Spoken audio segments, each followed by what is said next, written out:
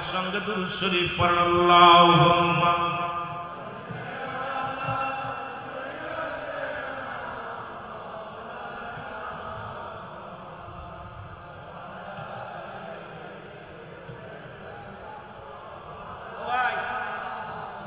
যদি কোনো মুক্তি হারাম থাকে আমি এখানে চ্যালেঞ্জ করব এই দুরূদটা যে দুরূদ পড়তেছেন এই দুরূদ জায়েজ এই দুরূদ কিতাব দ্বারা প্রমাণ করব যদি কোনো হারাম থাকে মৌলবীরা যেই দুরূদ জায়েজ নাই আমরা তাদের সঙ্গে বসতে চাই আমরা দুরূদ পড়লে জায়েজ দেখে কবে দুরূদ আরে ওইটা খাস তো নামাজের জন্য যারা বলেন ঠিক কি না সাসির কবর কোনে সাসা কান্দে কোনে কথা বুঝছেন আর সব নবীর খেলা যেখানে শেষ আমার নবীর খেলা শুরু সেই নবীর মাইনাস করে তোরা আসছির অন্যদিকে টান দিতে চাস তোদের কপাল পোড়া জোরে বলেন ঠিক কি না আর নবী লাগবে কবরে নবী লাগবে মিজানে নবী লাগবে ফুলসিরাতে নবী লাগবে আমার কিয়ামতের ময়দানে গো নবী বিনে কোনো বান্ধব নাই নবী বিনে কোনো দরদি নাই নবী বিনে কোনো উপায় নাই জোরে জোরে চিল্লায় বলো ঠিক কি না আর একটু জোরে জোরে চিল্লায় বলো ঠিক কি না ও দুনিয়ার মুসলমান শুনে নাও এই নবীর মিলাদ মিলাদ শব্দ মিলাদ এই প্রমাণ করতে গেলে দলিল লাগবে না আমি একটা দলিল দিয়ে যাই আজকে চট্টগ্রামবাসীর জন্য এই রাঙ্গুনিয়াবাসীর জন্য দলিলটা হলো সূরা ইখলাস আমার সাথে পড়েন বিসমিল্লাহির রাহমানির রাহিম আল্লাহু আহাদ الله الصمد لم يلد ولم يولد ولم يكن له كفوا احد আল্লাহর কসম নবীর মিলাদ জায়েজ করার জন্য একটা এই সূরাটাই যথেষ্ট একটু জবরদরি লাগবে না সূরা ইখলাস আল্লাহ বলেন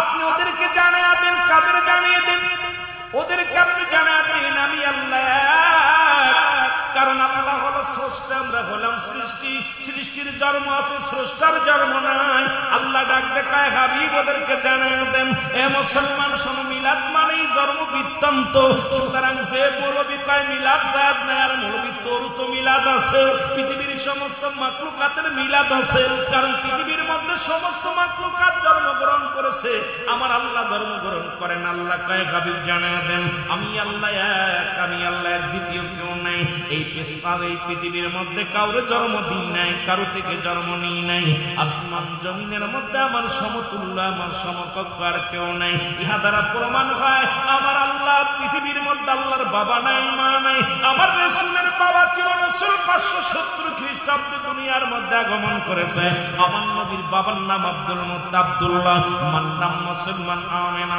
দাদার নাম আব্দুল মুত্তালিব দাদির নাম ফাতিমা নানার নাম মুহাজ্জরি রানীর নাম বাররা মুসলমান বংশ হলো কুরাইশ বংশ এই দুনিয়ার মধ্যে এখন আমার আল্লাহর জন্ম নাই নবীর জন্ম আছে আমার নবীর মিলাদ অস্বীকারী সে মুসলমান থাকতে পারে না সঙ্গে সঙ্গে মুসলমান থেকে খারিজ হয়ে যাবে এই জন্য মিলাদুন নবী অস্বীকার করার মতো পৃথিবীর কোনো আলেম নাই জোরে জোরে চিল্লায় বলো ঠিক কিনা কষ্ট হচ্ছে আরে বোকার দলেরা বোঝে না মিলাদ শব্দের শাব্দিক অর্থটা এখন মুসলিম মিল্লাতের ঈদ হলো কয়টা জানা আছে মুসলমানদের ঈদ কয়টা জোরে বলা যাবে না মুসলমানদের ঈদ কয়টা ভাই এই চট্টগ্রামের মানুষ লজ্জাজনক এখানে আরো ভান্ডারিয়ার মানুষ বেশি মাছ ভান্ডারির মানুষগুলো তো এইগুলো নিয়ে গবেষণা নবীর প্রেমেশকে দেওয়া না এগুলো নিরাপত্তা মুসলমানদের ঈদ কয়টা আরো যারা বলেন কয়টা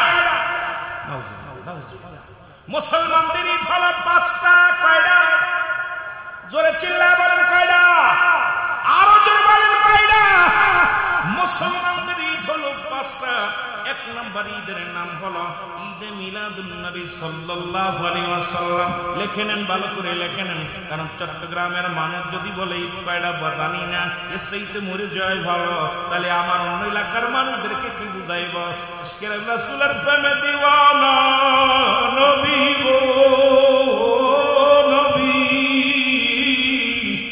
আমি আপনার প্রেমে দিওয়ানা আমি আপনার প্রেমে দিওয়ানা গো নবীজি আমি আপনার প্রেমে দিওয়ানা। এ দুনিয়ার মুসলমান,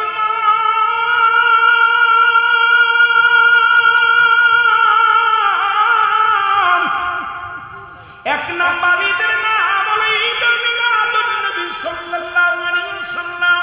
দুই নাম্বার ঈদের নাম হলো ঈদে মুসলমান, শুনে নাও মুসলমান, ঈদুল ফিতর। দুই নাম্বার তিন নাম্বার ঈদের নাম হলো ঈদুল আযহা। চার নাম্বার ঈদের নাম হলো মুসলমান ইয়াউমুল জুম্মা। পাঁচ নাম্বার ঈদের নাম হলো আরাফাতের ময়দান। এই মুসলিম মিল্লাতের পাঁচটা ঈদে মুসলমান শুনে নাও। আজকে আমরা এই পাঁচটা ঈদ কেন ভুলে গেলাম? আর সর্বশ্রেষ্ঠ ঈদ হলো আমার নবীর জন্ম, আমার নবীর আগমন। নবীর আগমনে নবীর মিলাদ, আসমান খুশি জমিন খুশি। আমার দেশের তথাকথিত কিছু আলেম খুশি হতে পারে না। এ মুসলমান শুই না নাও, নবীর মিলাদ আসমান খুশি হলো, জমিন খুশি হলো, ফেরেশতা কুল খুশি হলো, কুল কায়নাত খুশি হলো, তোমার মতো মৌলবী খুশি হয় না। এর সেইতে দুঃখ আর থাকতে পারে না। জোরে জোরে বলেন ঠিক কিনা? এ দুনিয়ার মুসলমান,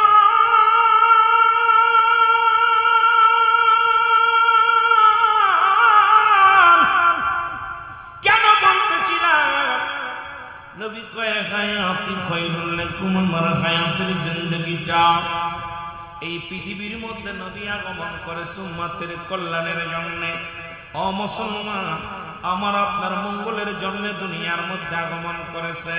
নবীর আগমনে আমরা যারা খুশি হতে পারলাম না, নবীর আগমনে আমরা যারা বেজার, নবীর আগমনে যারা আমাদের দুঃখ পাইলাম, এই কেমন মুসলমান, কেমন দানবার, কেমন মানব গো মুসলমান। শোনো, এই নবীরে পাইয়া কুল কায়নাত খুশি হইল। এই জন্য আমি প্রায় আলোচনার মধ্যে বলি, নবী লাগবে কবরে, নবী লাগবে মিজানে, নবী লাগবে ফুলসিরাতে, নবী লাগবে ওমান কিয়ামতের ময়দানে। নবী বিনে কোনো বান্ধব নাই, নবী বিনে কোনো দরদি নাই, নবী বিনে কোনো উপায় নাই। নবী বিনে কেমনে উপায় থাকব? কারণ নবীও নিজেই বিদায় নিছে। মুসলমান ওফাতি খায়রুল লাকুম, নবী কয় উম্মতিরা রে, আমি ওফাত গ্রহণ করলাম এ শুধু উম্মতের কল্যাণের জন্য দুনিয়ার মধ্য থেকে বিদায় হলাম। এই দুনিয়ার মধ্যে আমি আগমন করেছিলাম উম্মতের জন্য। আমার দেশের মৌলবী আলেম ওলামা কয় নবী আমার মতো মানুষ, নবীরা হলো গুনাহ থেকে মুক্ত, আমরা গুনাহে যুক্ত। নবী এই কারণে বলেছিল, কি বলেছিল? শোনো রে মুসলমান, নবী কয় উম্মতিরা রে, এই দুনিয়ার মধ্যে আমি আগমন করেছি কারণ উম্মতের সঙ্গে চলাফেরা করেছি, উম্মতের সঙ্গে কেমনে সংসার করবে সব বোঝানোর জন্য। রাষ্ট্রীয় জীবন, সাংসারিক জীবন, ব্যবসায়িক জীবন, এইগুলো বোঝানোর জন্য, শেখানোর জন্য আল্লাহ রাব্বুল আলামিন আমারে দুনিয়ার মধ্যে পাঠাইল। আর আমি আমার উম্মতের সঙ্গে চলাফেরা করতে পেরেছি। আমার উম্মতিরা ধন্য, আমার উম্মতিরা ধন্য। আর এই উম্মতের মঙ্গলের জন্য আমি নবী বিদায় নিলাম। ওফাতি খায়রুল লাকুম ওয়া মামায়াতি খায়রুল লাকুম, নবী কয় উম্মতিরা শুইনা নাও, আমি নবী দুনিয়া থেকে বিদায় নিলাম আমার উম্মতের কল্যাণের জন্য। ওরে পৃথিবীর মধ্যে যদি কোন উম্মত কোন গুনাহের কাজ করে রে, নবী কয় উম্মতিরা শোনো,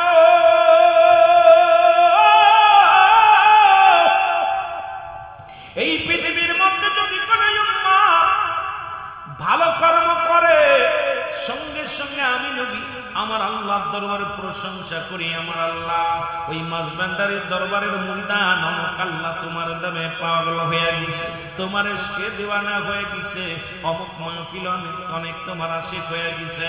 সঙ্গে সঙ্গে আমি আল্লাহর দরবারে প্রশংসা করি আমার উম্মতের হইয়া। আবার পৃথিবীর মধ্যে যদি কোনো উম্মত গুনাহের কাজ করে, সঙ্গে সঙ্গে আমি নবী আল্লাহর দরবারে ইস্তিগফার করি, ক্ষমা চাই আমার উম্মতের জন্য। এই জন্য মৌলবীরা শোন বাবা, শোন, দিলের কান্ডা লাগা শোন।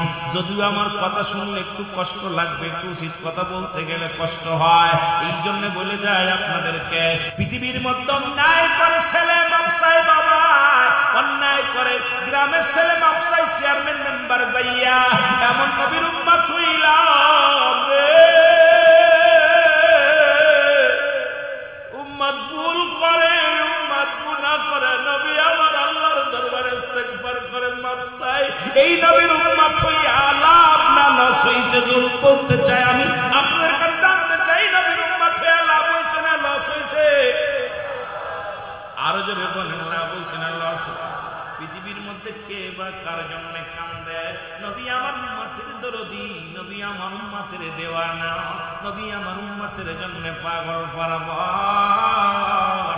অন্যায় করে ছেলে মাপসায় বাবায়, অন্যায় করে উম্মত মাপসায় আমার নবী।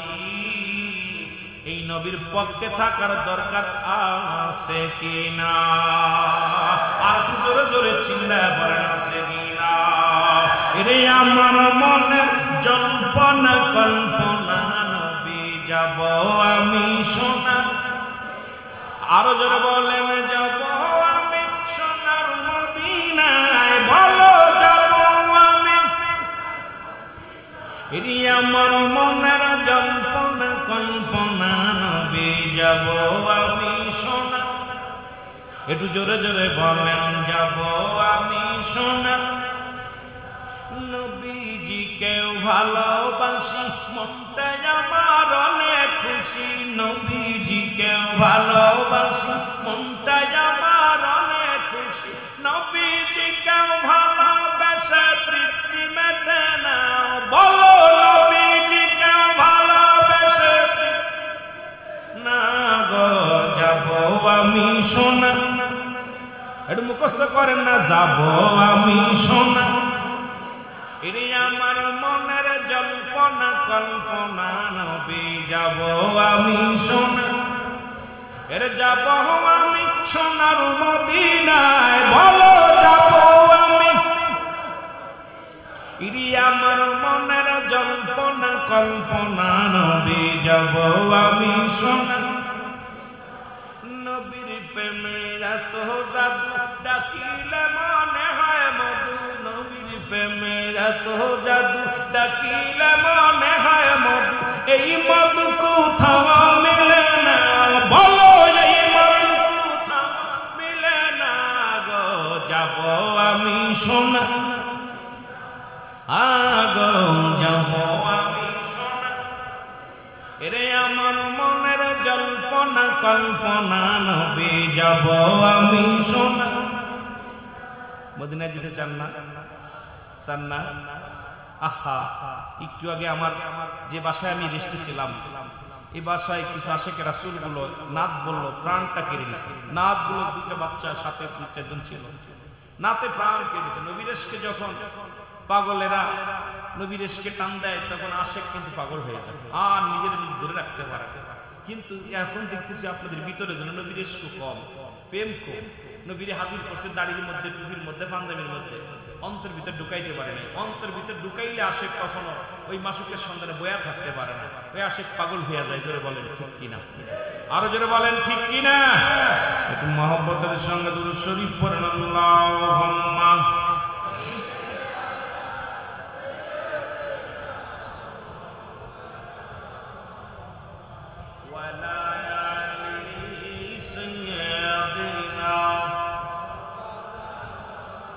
এমন হাবিব আমার,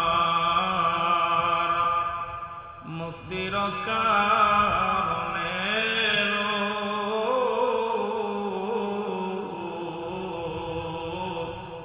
ওফাতের পরে নবীজি পাপী উম্মতিরে না ভুলিল।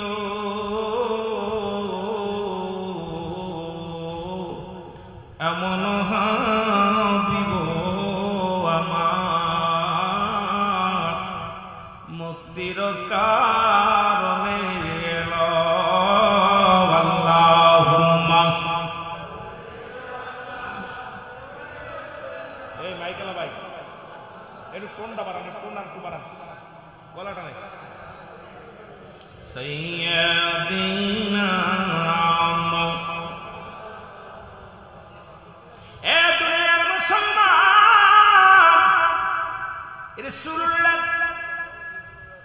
মুসলমান সহ দ্বিতীয় খলিফা হযরত ওমর ফারুক রাদিয়াল্লাহু তাআলা আনহু কথাগুলো না বললেন না, আমাকে যে লাইন আলোচনা করতে বলেছে, আমি তো রাসূলুল্লাহর সম্মানের মধ্যে ঢুকছি, একটু পরে ঢুকি রে মুসলমান শোনো।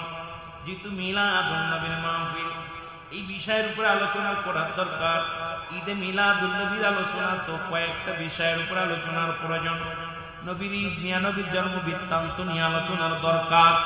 ও মুসলমান শোনো, খাত্তাবের বেটা হযরত ওমর ফারুক রাদিয়াল্লাহু তাআলা আনহু, এক নাম্বার খলিফা, ইসলামের খলিফা হযরত আবু বকর সিদ্দিক রাদিয়াল্লাহু তাআলা আনহু, দুই নাম্বার খলিফা হযরত ওমর ফারুক রাদিয়াল্লাহু তাআলা আনহু, তিন নাম্বার খলিফা হযরত মুসলমান হযরত উসমান গনি রাদিয়াল্লাহু তাআলা আনহু, চার নাম্বার খলিফা হযরত আলী রাদিয়াল্লাহু তাআলা আনহু। হযরত ওমর ফারুক রাদিয়াল্লাহু তাআলা আনহুর কদমের মধ্যে এক বৃদ্ধা তার সন্তানকে নিয়ে টেনে হিঁচড়ে ধরে নিয়ে আসলো। খলিফা হযরত ওমর ফারুক তখন খলিফা। একটু লক্ষ্য করবেন বাবা, মা বাবার সন্তানদের ওয়াজ, সমাজের যুবকদের ওয়াজ করতে বলেছে আমার ভাই। এই জন্য একটু টাচ না দিলে কই বহুদূরে কইলাম, একটা করলো আর একটা, এই জন্য একটু টাচ দিয়ে আসি। হযরত ওমর ফারুকের কদমে বিদ্যা সে ডাকতে বলে, আমিনুল মুমিনিন,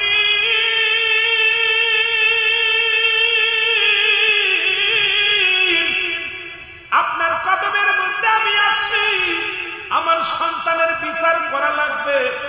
আজকে কোথায় বিশ্ববিদ্যালয় পাগল পিটায় হত্যা করেন মুসলমান, ওই আব্রাহাকে পিটায় হত্যা করলো। আপনার চট্টগ্রামে বর্তমান অবস্থানে মুসলমান গোলাগুলি চলতেছে, বাইতুল মুকাররমে আগুন ধরেছে, মাজারে আজকে বোমাবাজি, মাজার ভাঙা শুরু করেছে। মসজিদে নিরাপত্তা নাই, মাজার নিরাপত্তা নাই, স্কুল কলেজে নিরাপত্তা নাই। সবচেয়ে বড় নিরাপদ হলো মুসলমানদের নিরাপদ স্থান হলো মসজিদ। এখানেও দেখলাম রক্তাক্ত অবস্থায় মুসলমান, শুনে নাও, জায়ামে জাহিলা জামানায় যেটা হয় নাই, অন্ধকার জামানায়, আর এতকাল পরে বাংলার জমিনে বাইতুল মুকাররমে মুসলমান কুকুরের মতো কামড়া কামড়ে হয়। নবী বলছে বালহুয়া কিলাব, এখন যদি কই অনেকের গায়ে পড়ে যাবে মুসলমান, শুনে নাও। নবী বলছে পৃথিবীর মানুষগুলোর চরিত্র হবে মানুষের চরিত্র হবে কুকুরের চরিত্র। কুকুর যেমন পৃথিবীর মধ্যে সম্পদ পাইলে খুশি হয়, কুকুর যেমন দুনিয়ার মধ্যে মরি পাইলে খুশি হয়, সে জামানার মানুষগুলো সম্পদের জন্য, মন মর্যাদার জন্য কাড়াকাড়ি করবে। ওরা তিন শ্রেণী আলেম কিয়ামতের মাঠে জাহান্নামে যাবে। এক নাম্বার আলেম যিনি তর্ক বায়াজে জেতার জন্য এলেম অর্জন করেছে। আজকে শোনেন কিছু কথা হয়তো বলতে যায় চলে যাব না লাইনে বাবা, সময় পাবো না, বেশি আলোচনাও করবো না। সারাদিন পরে জার্নি করে এসেছি, কষ্টের দেহটা কানা, তবু আশেকদের পাইয়া হৃদয়টা জুড়িয়ে যায়। আশেকদের যখন পায় মনটা, মন প্রাণটা ভরে যায়, তখন আলোচনা করতে মন চায়, যদিও কষ্ট হয়। কথাগুলো না বললে নয়। এক শ্রেণী আলেম নাম্বার ওয়ান, যারা তর্ক বায়াজে জেতার জন্য এলেম অর্জন করে। দুই নাম্বার এলেম অর্জন করে মান সম্মান ইজ্জতের জন্য, পৃথিবীর মধ্যে ইজ্জত সম্মানের জন্য। পৃথিবীর মধ্যে আমি বড় আলেম, আমি বড় মাওলানা, আমি বড় মুফতি, আমি বড় মুহাদ্দিস, এই নাম্বার আলেম। চাই তিন নাম্বার আলেম হলো যারা দুনিয়া কামানোর জন্য। আজকে দেখলাম বাইতুল মুকাররমে কুকুরের মতো কামড়া কামড়ি। একদল কয় আমরা নেতা হব, আমরা জাতীয় মসজিদের ইমাম হব, আর একদল কয় দিতাম না, কারণ বালহুয়া কিলাব। নবী কয় এই দুনিয়ার মধ্যে পচা দুর্গন্ধ। মানুষের চরিত্র হলো কুকুরের চরিত্র।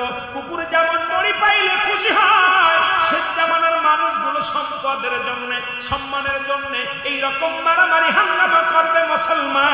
সেই প্রমাণগুলো পেয়ে যায়। এখন যেখানে তাকায় সেখানে বিপদ। এখন মসজিদে নিরাপত্তা নাই, কারণ মুসলিম মিল্লাতের একমাত্র নিরাপদ স্থান হলো আল্লাহর ঘর মসজিদ। জোরে জোরে চিল্লায় বলেন ঠিক কিনা? আর জোরে জোরে চিল্লায় বলা যাবে না আল্লাহু আকবার।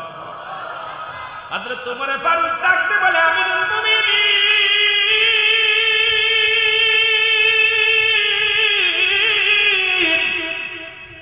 এটা আমার ছেলে, বিচার করা লাগবে। আমার ছেলেরা অপরাধ করেছে, বিচার করা লাগবে। কেমন বাবা? আর আমার সন্তানগুলো খুন করে আসে, সন্ত্রাসী করে, লুচ্ছামি করে, বদমাইশি করে, তাদের পক্ষ নিয়ে আর মাজার ভাঙ্গার জন্য বড় ব্যস্ত হয়ে গেছে। শুনি না লও, আস্তে আস্তে আলোচনার মধ্যে যায়। খলিফা ওমর ফারুক ডাকতে বলে, বৃদ্ধা তোমার ছেলে? বলে হ্যাঁ আমার ছেলে। কি বিচার? কয় হুজুর তিনটা বিপদ, তিনটা পাপ করেছে, অন্যায় করেছে। বলে এক নম্বর অপরাধ আমার সন্তানের শোনেন। এক নম্বর অপরাধ সে মানুষ হত্যা করেছে। মানুষ হত্যা করা পাপ না পুণ্যি? কতক্ষণ পাপ না পুণ্যি? মানুষ হত্যা করেছে। খলিফা হযরত উমরে ফারুক রাগী একদম টকবক, দেহের রক্ত যেন টকবক হয়ে গেছে। মৃত খাত্তাবের বেটা ওমর পৃথিবীর মধ্যে অন্য সাহাবীর চাইতে চূড়ান্বিত। হযরত উমরে ফারুক যে রাস্তা দিয়ে প্রবেশ করত, মাস্টার ইবলিস পর্যন্ত ভয় পেত ওই রাস্তা দিয়ে আসতে।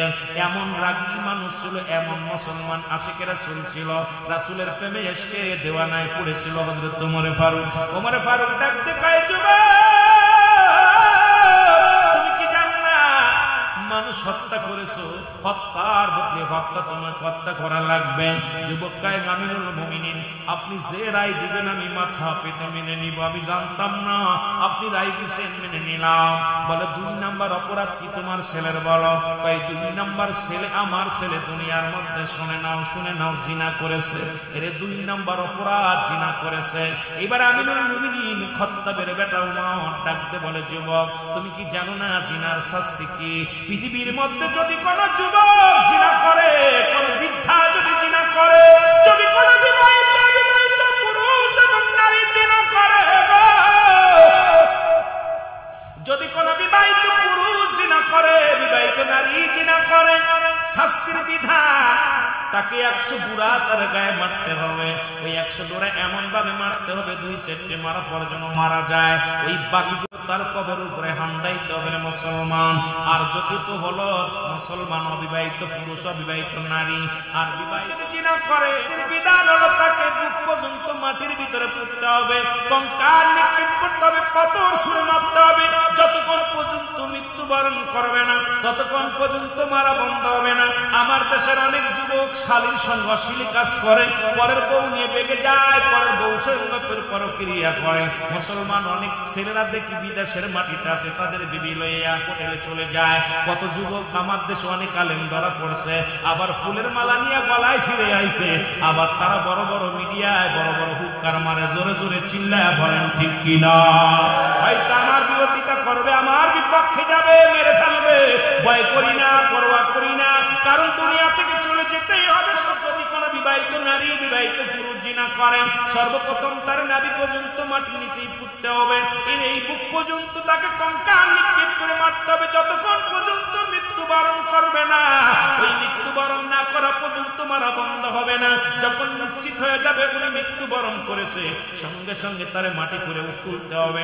তুলিয়া তারে দুনিয়ার মধ্যে কোনো কাফন পাবে না, দাফন পাবে না। অবিবাহিত নারী, অবিবাহিত পুরুষ দাফন পাবে, কাফন পাবে মুসলমান, কিন্তু বিবাহিত নারী, বিবাহিত পুরুষ কোনো কাফন পাবে না, দাফন পাবে না। এই পৃথিবীর মধ্যে দিবালয় কুকুর শিয়ালদের লাশটা খাওয়াই দিতে হবে। পৃথিবীর মধ্যে কোনো দাফন করা যাবে না। একটা বিচার যদি চট্টগ্রামের জমিনে হতো, তাহলে চিরতর জিনা বা বিচার বন্ধ হয়ে যেত। যেখানে চট্টগ্রাম মেডিকেল হাসপাতালে মর্গে জিনা হয়, ঢাকা মেডিকেল মর্গে জিনা হয়। কোন দেশে বাস করি রে ভাই, কোন দেশে বাস করি? একটু গভীর মনোযোগ দিয়া শোনেন। এই বাংলাদেশের মধ্যে চট্টগ্রাম মেডিকেল কলেজ হাসপাতালে মৃত্যু মানুষের সঙ্গে মর্গে জিনা হয়েছে। মুসলমান ঢাকা মেডিকেলে মর্গে জিনা হয়েছে। এর সেই তো দুঃখ আর থাকতে পারে না। যারা মরা মানুষের সঙ্গে জিনা করে, সেই দেশে আবার বড় বড় ফতোয়া মারো মৌলবীরা, নবীর সঙ্গে দুশ্মনী করো, কারণ তোমাদের কপালে কষ্ট আছে, শুনি আছে। আল্লাহর ওলিরা এই জমিনের মধ্যে আছে, যাদের উসিলায় দয়ার মধ্যে ছিলাম, তাদের সঙ্গে দুশ্মনী করেছো।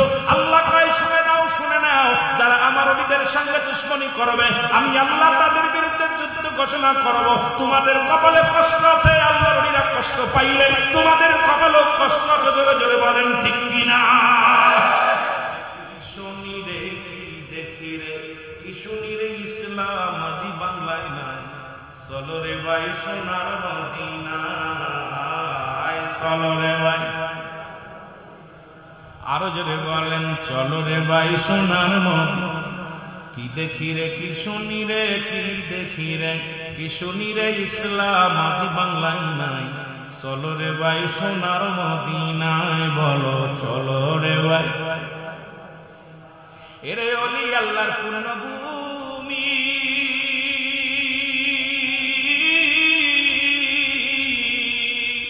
ওরে সিল্লিনারে বাতিলের গোষ্ঠী, ওলি আল্লাহর পুণ্যভূমি, সিল্লিনারে আবু জেহেলের গোষ্ঠী।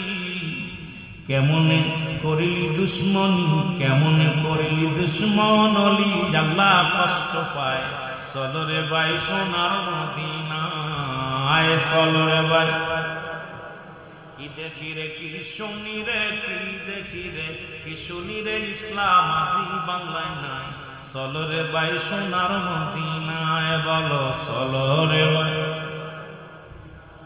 আবার কিছু আলেম তসবিহাতে পাগড়ি তারা সদায় রাখে নবীর দুশ্মনী করে নবীর দুশ্মন উনি যে করে কেমনে তারা মুসলমান নবীর দুশ্মনী করে নবীর সঙ্গে দুশ্মনী করে কেমনে তারা মুসলমান চলো রে ভাই সোনার মদিনায় বলো চলো রে আরো জোরে কি দেখি রে কি শুনি রে কি দেখি রে কি শুনি রে ইসলাম আজি বাংলায় নাই চলো রে ভাই সোনার মদিনায় বলো চলো রে ভাই আবার নবীর কিছু আসে গনে কাঁদে তারা ঘরের কোণে আবার নবীর কিছু আসে গনে কাঁদে তারা বন জঙ্গলে দয়াল নবী কঠিন দিনে দয়াল নবী কঠিন দিনে করেন দয়া মারে দয়াল নবী কঠিন দিনে দয়াল নবী কঠিন দিনে করিয়ে না মারে পার চলো রে ভাই সোনার মদিনায় চলো রে ভাই আরো জোরে বলেন চলো রে ভাই সোনার মদিনায় কি দেখি রে কি শুনি রে কি দেখি রে কি শুনি রে ইসলাম আজি বাংলায় নাই চলো রে ভাই সোনার মদিনায় আজি চলো রে ভাই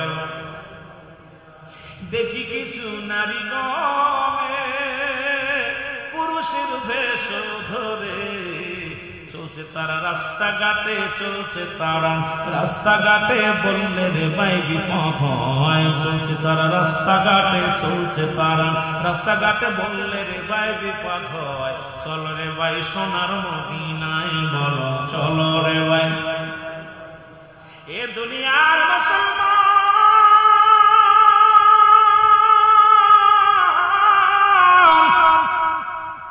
তৃতীয় নাম্বার বিপদ মনে আছে নি বাবা কথা কইন খলিফা আমর খান তৃতীয় নাম্বার বিপদ তৃতীয় নাম্বার পাপ কি অন্যায় কি বলে হুজুর তৃতীয় নাম্বার বিপদ এই পৃথিবীর মধ্যে এক নাম্বার মানুষ হত্যা করছে দুই নাম্বার জিনা ব্যভিচার করছে চার নাম্বার মাদক সেবন তিন নাম্বার মাদক সেবন করে পৃথিবীর মধ্যে মাদক সেবন করে সঙ্গে সঙ্গে খলিফার চোখ দুটি লাল হয়ে গেছে আমিনুল মুমিনিন ডাকতে বলে বিদ্যারে তোমার সন্তান যে অপরাধ করেছে এই অপরাধের পাপের প্রায়শ্চিত্ত দেওয়া লাগবে অন্যায় করেছে বিশাল অন্যায় করেছে এই পৃথিবীর মধ্যে তুমি এত তোমার সন্তান এত অন্যায় করেছে নিয়ে আসো ডাকতে বলে যুবক তুমি তিনটা অপরাধী বড় বড় করেছো নাম্বার 1 তুমি জিনা করেছো নাম্বার 2 তুমি কি মানুষ হত্যা করেছো নাম্বার 3 তুমি মাদক সেবন করো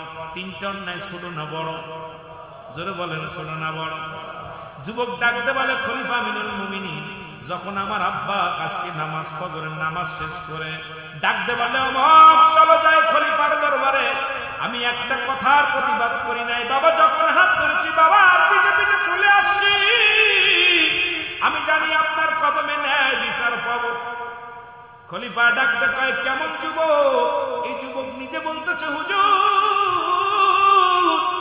আপনার কদমের মধ্যে আমি ন্যায় পরায়ণ বিচার পাবো এই জন্য আমার বাবা যখন বলছে চলো যাই উপরের কদমে আমি কোনো কথা বলি নাই বাবার পিছে পিছে চলে আসছি ডাক দেখায় যুবক রে তুমি কি বলতে চাও হুজুর আমি বলতে চাই আমি জানি আমি অপরাধ করেছি আমি অন্যায় করেছি এই কারণে আমার আপনি শাস্তি দিবেন হয় ফাঁসি হবে নাই মৃত্যুদণ্ড না হয় আমাকে হত্যা করবেন আপনি যে বিচার করবেন আমি মেনে নিলাম মাথা পেতে মেনে নিলাম আপনার বিচারের বিরোধিতা করব না কারণ আপনি খলিফা যেটা বলবেন সেটাই আমি মেনে নিব মৃত্যুর জন্য আমি প্রস্তুতি তবে মরার আগে আমি আপনার কাছে একটা নালিশ দিয়া যাই আগে আমার বাবার বিচারটা করা লাগবে।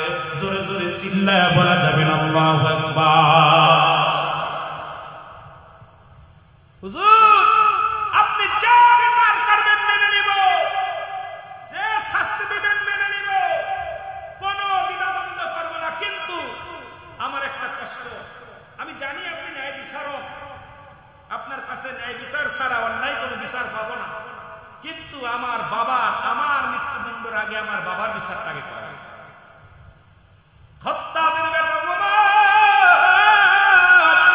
খলিফা আমিরুল মুমিনিন হযরত ওমর ফারুক রাদিয়াল্লাহু তাআলা একদম রাগে টকবক হয়ে গেছে। খোলা তরবারি হাতের মধ্যে নিয়ে, তরবারি হাতের মধ্যে নিয়ে চোখ দুটি বড় লাল হয়ে গেছে। যুবক কি বলতে চায়? তার বাবার বিরুদ্ধে অভিযোগ। খলিফা হযরত ওমর ফারুক কয়, যুবক রে, তুমি কার বিরুদ্ধে অভিযোগ দাও? তুমি কি জানো না তোমার বাবা, ওই ব্যক্তি তোমার বাবা হয়? আরে আমি বাবা কি ধন আমি বুঝতে পারি নাই।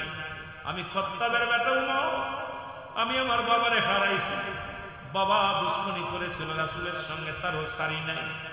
আজকে আমি বাবা মর্মটা বুঝি, তুমি বাবার বিরুদ্ধে অভিযোগ দাও। যুবক বলে, খলিফা আমিরুল মুমিনিন, আল্লাহর কসম করে বলি, আপনি ন্যায় বিচারক, আমি জানি আপনার কাছে বিচার পাবো, এই জন্য আমি আমার বাবার বিচার চাই।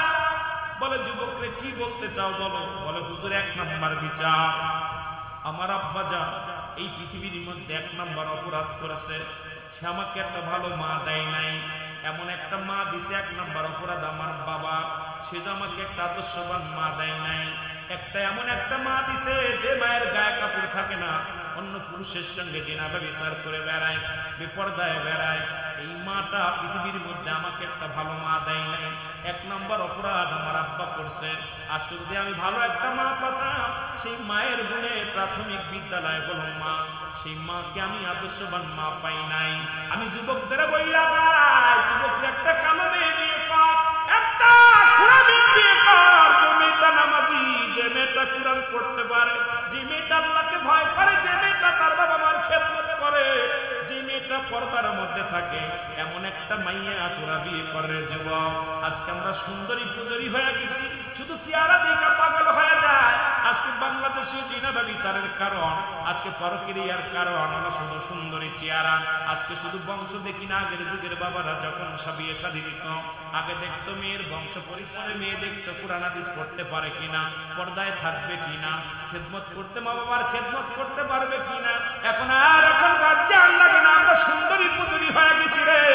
আজকে সুন্দরী নিয়ে দুদিন পরে বাবার সঙ্গে খারাপ ব্যবহার হয়, দুদিন পরে মায়ের সঙ্গে খারাপ ব্যবহার হয়। আমি তোদের বলি যে একজন রিক্সা চালকের মেয়ে বিয়ে কর, গান চালকের মেয়ে বিয়ে কর, যে মেয়েটা পর্দায় থাকে রে, যে মেয়েটা দুনিয়ার মধ্যে কুরআন পড়তে পারে, হাদিস বোঝে, যে মেয়েটা, যে মেয়ের মা তার স্বামী তার বাবা সত্যচারী খেদমত করে, এই দুনিয়ার মধ্যে এমন একটা বউ, আল্লাহ একটা মেয়ে যদি দুনিয়ার মধ্যে পেয়ে যাও, এই দুনিয়াতেও শান্তি করো, পারো শান্তির যুবক। আমি মাদের বলে যাই, মায়ের আমার যতদূর শোনো, মারে এমন চাকরি ছেলের দরকার নাই, ওই ঘুষ করতে আমার দরকার নাই, সুদ করতে আমার দরকার নাই। দাবি কর মা, তুমি যদি বিয়ে দিতে হয় এমন একটা ছেলের সঙ্গে বিবাহ দাও, সারাদিন পরে আমাকে একটু খানা খাওয়াবে, আলাল খাদ্য খাওয়াবে। আমি দামি কাপড় চাই না, দামি পোশাক চাই না, দামি ব্যবহার চাই না। আমার স্বামী আমার পর্দার মধ্যে রাখবে, আমার স্বামী আমার নামাজের জন্য তাগিদ দেবে, আমার স্বামী আমার বোরকা পরায় রাখবে, আমার স্বামীর মা বাবার আমি খেদমত করতে পারবো। আমি আমার স্বামী দুনিয়ার মধ্যে নামাজ ছাড়বো না, কোনোদিন বেপরদায় ঘোরাঘুরি করবো না। মা গো, আমি দুনিয়ার মধ্যে একটা নামাজি আল্লাহর স্বামী দাও। এ মা তোদের পায়ে ধরে বলে যায়, ওই দাঁড়ায় আপনার ছেলে দাঁড়ায় প্রস্রাব করে এমন ছেলের দরকার নাই, ঘুষখোরের দরকার নাই, সুদখোরের দরকার নাই। কারণ এই দুনিয়া থেকে বিদায় হয়ে যাবে, এই দুনিয়া চিরদিনের জন্য তাকার জায়গা নেই। আল্লাহ বলেন,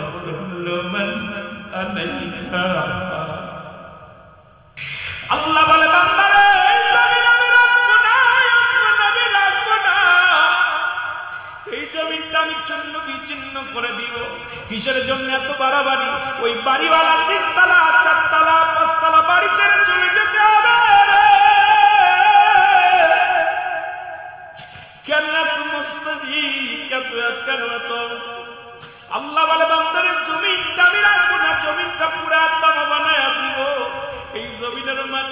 পুড়ে তামা হয়ে যাবে। এই গ্যাসকে পাতি দাঁড়াইছে যে পানির মধ্যে, এই পানিগুলো পুড়ে ছাই হয়ে যাবে। আল্লাহ কয় বান্দা এই জমিনের মাটি পুড়ে হবে তামা, জমিনের পানিগুলো পুড়ে হবে ছাই। যেদিন কিচ্ছু বলতে কিচ্ছু থাকবে না, থাকবে শুধু আমার আল্লাহ। আল্লাহ কয় বান্দারে সেদিন আমি থাকবো আমার নবীর ভালোবাসা নিয়ে। আমি যুবকদের পায়ে পড়ে যায়, হাতে ধরে বলে যায়, যুবকরা আর দাড়ির মধ্যে খুঁড়ে দিস না, যুবকরা আজ থেকে আর নামাজ ছাড়িস না, আজ থেকে আর বেগানা মহিলার পাঁচ করিস না, বেগানা মহিলার চেহারা দেখা হারাম হারাম। মুসলমান শুনে নে, তোর কারণে তোর বাবা মা জাহান্নামে যাবে, তোর কারণে তোর বাবা মা জাহান্নামের লাঠির মধ্যে জ্বলবে। আমি যুবকদের বলি, যাও যুবক, তোদের পায়ে ধরে বলে যায়, আজ থেকে প্রেম প্রীতি বন্ধ করে দে, বন্ধ করে দিয়া আজকে দুনিয়ার মধ্যে নামাজ পড়, শরীয়তের বিধান মেনে চল, বাবা মা যেটা এনে দেয় সেটার সঙ্গে সংসার কর। দুনিয়া থেকেও শান্তি পাবি, যতদিন বেঁচে থাকবি এই দুনিয়ার মধ্যে শান্তি খুঁজে পাবি। জোরে জোরে চিল্লায়া বলেন ঠিক কিনা? একটা হারাম খোর দরকার না, হালাল খোর দরকার। হারাম খোর কি নিয়ে যাবো, কি নিয়ে যাবে এটা চিন্তা করছো? হাইরে সুদ খাইয়া ঘুষ খাইয়া কত বাড়ি গাড়ি করতেছি, সম্পদের পাহাড় গড়ে ফেলেছি, সব কি কিছু নিতে পারবো? কথা বলেন, কেউ নিছে? কেউ নিছে? আমার নবীর আদর্শ দেখেন না, রাসূলুল্লাহ ইন্তেকালের আগে 4 কাঠা জমি বা 4 শতক জমি এটা রেখে গেছিলেন। আম্মা জান আয়েশা সিদ্দিকা তার বাবার কাছে হযরত আবু বকর সিদ্দিক রাদিয়াল্লাহু তাআলাকে দরখাস্ত করলেন, আব্বা জান আমার স্বামীর ইন্তেকালের পরে এই 4 শতক 4 কাঠা জমির মালিক আমি ওয়ারিশ সূত্রে। হযরত আবু বকর সিদ্দিক চোখের পানি ছেড়ে কাঁদলেন, আম্মা জান শুনেন, আপনি কি জানেন রাহমাতুল নবী রাহমাতাল লিল আলামিন ওনার ওফাতের আগে এই জমিটুকু ওয়াকফ করে গেছেন। সুবহানাল্লাহ বলেন, আরো জোরে, আরো জোরে। উম্মতি মুহাম্মাদিন নামে ওয়াকফ করে গেছেন। সেই নবীর আদর্শ আমাদের ভিতরে নাই। মরে যাচ্ছি সুদের মধ্যে, একদম মরে যাচ্ছি ঘুষের মধ্যে, চলে না জীবন, তারপরে ঘুষ সুদ ছাড়ি, অন্যায় অপরাধ করেই যাচ্ছি। ঘটনাটা কি? কারণ ভিতরতে এমন মরা মরছে, এই মুনাফিক এমন ভাবে ধরছে, আমাদের অন্তরের ভিতর ভয় নাই, আমাদের অন্তরে ভীতি নাই। আরে ভাই, কিচ্ছু তাকফিরা ও নমরুদ কারণ যারা খুদাই দাবি করেছিল তারাও কিছু নিতে পারে না। আপনি কি নিয়ে যাবেন? জোরে বলেন, রে আজ না হয় কাল তুমি যাইবা বরে, মরার পরে দেখবে চেয়ে গো তোমার সবই রইল, মরার পরে দেখবে চেয়ে গো, বলো মরার পরে। এর দাদাই গেছে, বাবাই গেছে, কেউ আসলো না ফিরে, তোমার তো যাইতে হবে রে যেদিন আজরাইল আসিবে গো, তোমার তো যাইতে হবে গো। ঘর করলা, বাড়ি করলা, জায়গা করলা, জমি করলা, সবই যাইবা রে, তোমার তো যাইতে হবে রে বাইরে অন্ধকার কবরে, তোমার তো যাইতে হবে রে। ঠিক কি? যেরকম ঠিক কি না? এ দুনিয়ার মুসলমান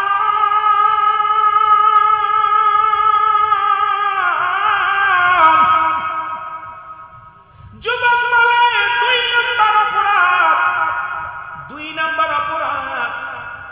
আমার মা, আমার আব্বা আমার একটা ভালো নাম দেয় নাই। আল্লাহু আকবার বল। ভালো সুন্দর একটা নাম দেয় নাই। আজকে অপরাধ করার জন্য আমার মা বাবা বড় দায়ী। হুজুর 3 নম্বর অপরাধ, আমার মা বাবা আমার দ্বীন ইলম শিক্ষা দেয় নাই। আমাকে বড় লন্ডনে লেখাপড়া করাইছে, আমেরিকা লেখাপড়া করাইছে, ইংরেজি শিখাইছে, বাংলা শিখাইছে, কত কিছু শিখাইছে, কোনোদিন ইসলামের জ্ঞান দেয় নাই, কোনোদিন কোরআনের একটা আয়াত আমার শিক্ষা দেয় নাই, কোনোদিন হাদিসের জ্ঞান আমার দেয় নাই। এই জন্য অপরাধ যদি করে থাকে আমার বাবা মা আগে অপরাধ করেছে, আগে বিচার যদি করতে হয় আমার বাবা মার করেন। এই জন্য আমি আপনাদেরকে বলে যাই, সন্তান মৌলবী বানানো বড় শর্ত না, বক্তা বানানো বড় শর্ত নয়। ওই ছেলে আপনার জানাজা পড়তে পারবে, ওই ছেলের নামাজ পড়তে পারবে, ওই ছেলেটা হালাল হারাম বুঝতে পারবে, এই নিয়মটা তার রেখে যেতে হবে, তার শিক্ষা দিতে হবে। নিম্নতরে কয়েকটা হাদিসের জ্ঞান তার থাকা লাগবে, কুরআন হাদিসের